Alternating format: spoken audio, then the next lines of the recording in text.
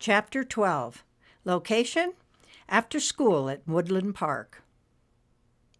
Taylor stormed out through the double doors of her school, having just been told by her teacher that she had to go to summer school if she wanted to go on to the third grade. Struggling into her backpack, she stomped down the sidewalk, heading for her father's office. "What's the matter, Taylor?" Nimbus asked, seeing no other kids around. "Why are you walking so fast?" "I hate school," she shouted. "I hate the kids at school, I hate the food, I hate my teacher, and I hate walking to my dad's office."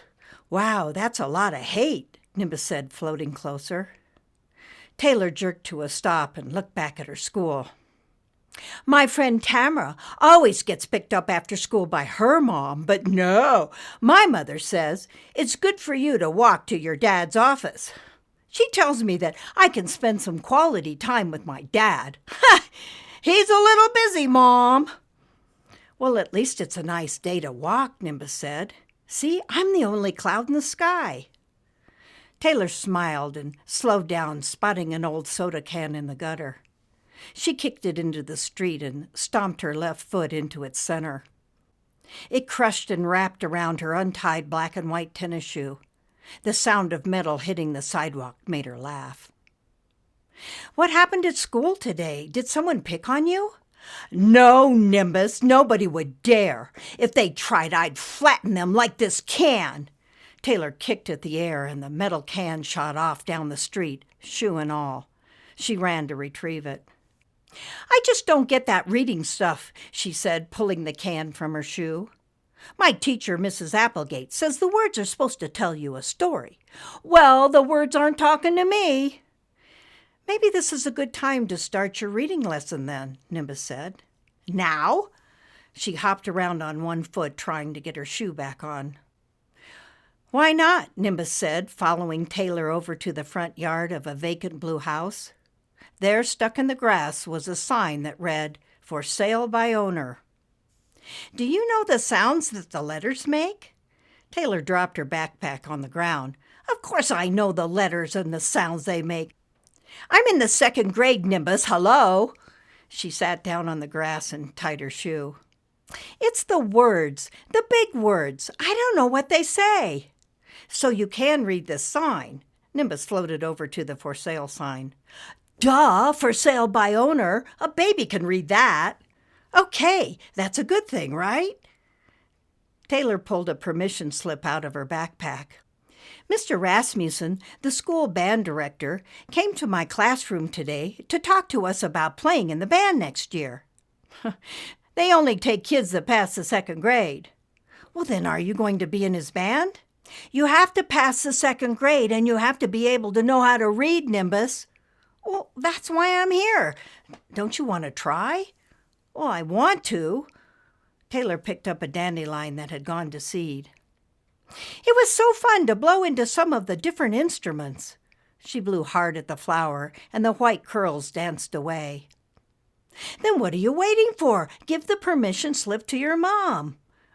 "But you have to go to summer school band first to learn how to play the instrument before they even let you play in the real band.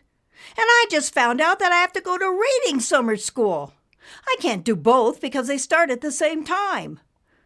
"Well, maybe after I help you learn to read, you won't have to go to reading summer school at all." Taylor was quiet, then said, "Mr. Rasmussen wants me to play the French horn because they don't have anyone to play that yet. He says I have really good lips for that instrument. He made us all blow through the French horn mouthpiece. I did the best. David Whittington dripped spit all over his pant leg when he tried. It was gross, and some kids laughed." "I bet you'll be really good at playing the French horn." "I'm not going to play the French horn, Nimbus, no way." "But I thought you said—" "Look, I could never carry that big case to my dad's office."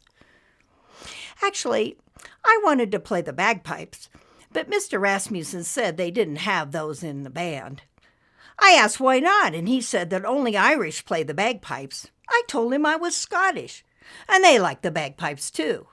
He told me that if I insisted on playing the bagpipes, I would have to go to Scotland and play in their band."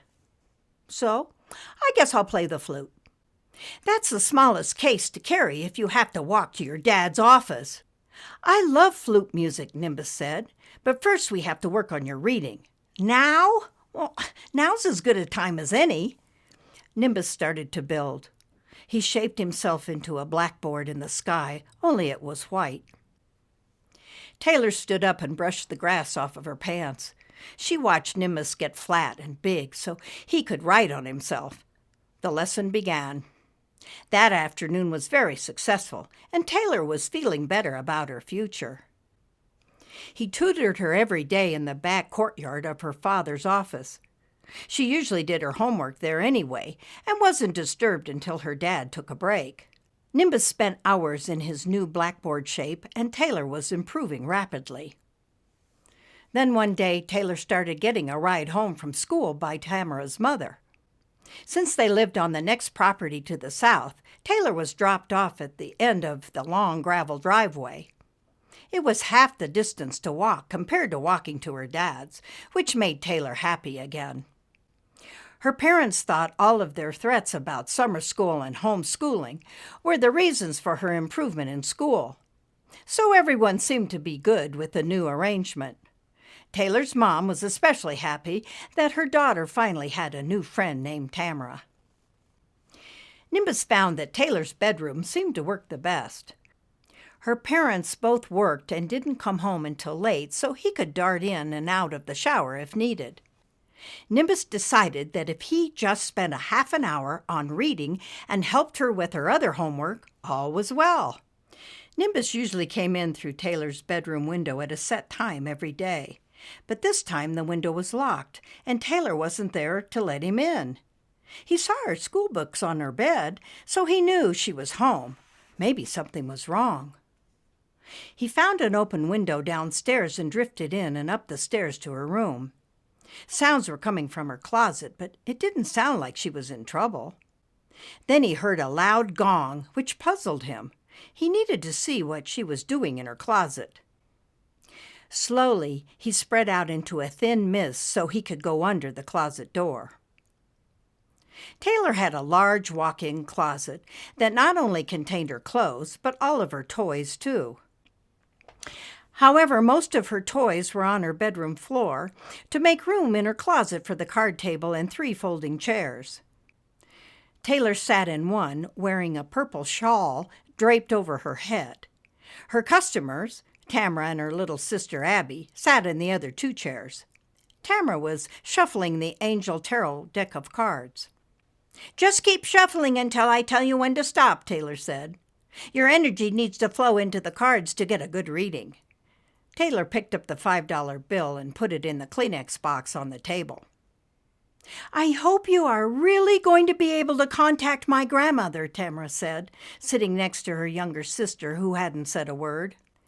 Tamara and Taylor's friendship was growing, and Taylor had felt confident about telling her new friend her secret, the secret that she was great at talking to the dead. "I usually do your reading first, but do you want to talk to your grandmother before?" Taylor took the cards out of Tamara's hands and laid them on the table. "That's why we came," Tamara said, looking at her sister with excitement. "Well then, let me get my crystal ball," Taylor said. She reached behind her chair and pulled a Christmas tree ornament out of the cardboard box. It looked like a crystal, but was just a large glass globe. She set it on a tinfoil stand that she had made specifically for it. Taylor did what all seance enchantresses did. She closed her eyes and moved her hands over the globe, whispering and humming. Then she stopped and opened her eyes and asked, what was your grandmother's name?" "Grammy," blurted out little sister Abby. "Her real name," Taylor said, smiling. "Margaret Mackenzie," Tamara said, patting her sister's leg affectionately. Just about the same time Taylor called up Margaret Mackenzie's spirit, Nimbus entered from under the closet door. Since Taylor was facing the door, she saw Nimbus right away and started shaking her head no. Nimbus, who was baffled by the whole scene, started shaping back into a cloud. Not knowing what else to do, he hovered above the 2 girls. What's the matter? Tamara asked, seeing Taylor shaking her head. Nothing. I was just thought I saw your grandmother's, but no, I'm not sure. Taylor made the mistake of looking wide-eyed at Nimbus, who was trying to stay high at the ceiling above the girls. The next thing that happened, the girls were looking up too. Screams filled the air. Nimbus was startled, and when Nimbus is unexpectedly alarmed, he immediately starts to glow and spark. More screams and total chaos came next, with Taylor grabbing the Christmas ball and the Kleenex box before the whole table tipped over. The tarot cards scattered everywhere as the two girls struggled to get the door open.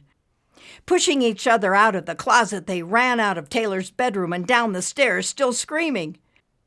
Nimbus followed close behind. He needed to get outside fast. Oh no, not another Esmeralda experience, Nimbus thought. He didn't mean to chase them down the stairs, but he was ready to explode. The screaming girls reached the front door and swung it open. Nimbus shot past them and up into the sky, exploding like a firework on the 4th of July. The girls jerked to a halt to watch, and Taylor was soon at their sides. Wow, it was your grandmother, Taylor said, hoping it would calm them down. Was she a wild and crazy type of grandmother? She asked, watching the last of Nimbus hit the lake. Yeah, she was so fun, Abby said, puffing and wiping the tears from her eyes. Grammy was our best friend, Tamara added. She hugged Abby as she watched the last of the sizzle disappear in the water. Well, then, don't you see? It was your grandmother trying to talk to you, but since you screamed, it must have scared her, Taylor said. She was proud that she thought of something so fast to cover for Nimbus. Can we do it again? Tamara asked. I'm not doing it again, Abby said. Okay, but how about just me? Tamara said. Well, sure, Taylor said, but it'll cost you another $5.